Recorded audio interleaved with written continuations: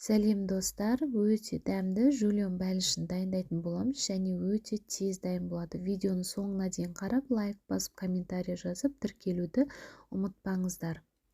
Қараңыздар, бастайтын боламыз. Енді міне сұйық май құйып, бізге керекті заттарымыздың барлығын қуырып алатын боламыз. Міне ең бірінші пияздан бастаймыз. Бұны қуырып, қазір кішкене қуырылсын деп тұрмын.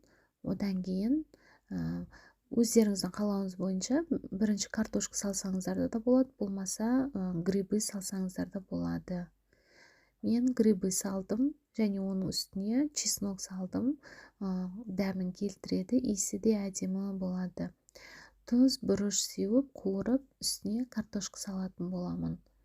Картошканы да өңде қатты көп керек емес, 1-2 штук қана жетеді. Бізге тек қана пирогқа, бұл бәлішке, қазір арасына салғанға. Дәл осылай қуырып аламыз. Қараңыздар достар, менде уже қуырылды.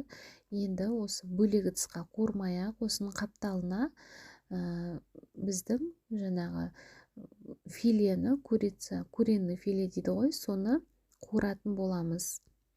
Қараңыздар, дәл осындай осылай етіп қуырсаңыздар болады. Бір қапталға ысырып қойып, қалғанын үстіп қуырып аламыз. Өте дәмді шығады достар, мен уже қанша рет жасадым, балаларым өте сүйіп жейді.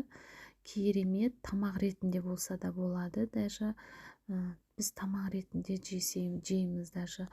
Қараңыздар, бетіне сливки құямыз. Сөйтіп, кішкене бұрқылдатып қайнатамыз да, бұны өшіріп қоямыз. Суытып қойсаңыздар да болады кішкене. Оған дейін біз тестамызды жайып алатын боламыз. Қараңыздар, мұны бір қайнады. Енді ары қарай біз, менде достар, міндетті түрде осының алдында қатпарлы тесті дайындаған болатынмын. Бұны кей жерлерде қаттама деп айтады, кейде пәтірнан деп айтылады. Мен осыны YouTube каналыма тіркедім, содан алып қалған осы тестамды дәл осылай екі зуала дейді ғой, екі қамырымды бір-біріне қосып, үлкен қылып осылай жайдым да, ішіне жаңағы дайын болған осы қуырылған затын барлығын салып, бетіне моцарелла сырын теркадан өткізіп, бетіне саласыздар. Және де осылай тура видеодағыдай қойып шықсаңыздар болады. Ауысқан қамырын бетіне жауып шығасыздар. Көрдіңіздер ғой.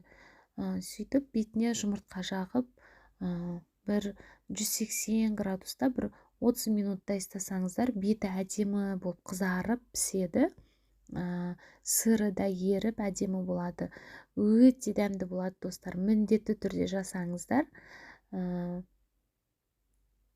Достарыңызды, отбасыларыңызды қуантсаңыздар болады. Қараңыздар, қалай кесілгенде қалай өте күшті болады достар. Міндетті түрде жасаңыздар.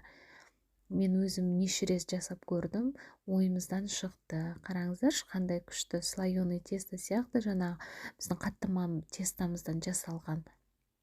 Ешқандай қиыншылығы жоқ, тез жасалынады. Міндетті түрде жасап көріңіздер. Қараңыздар, сыры қандай күшті.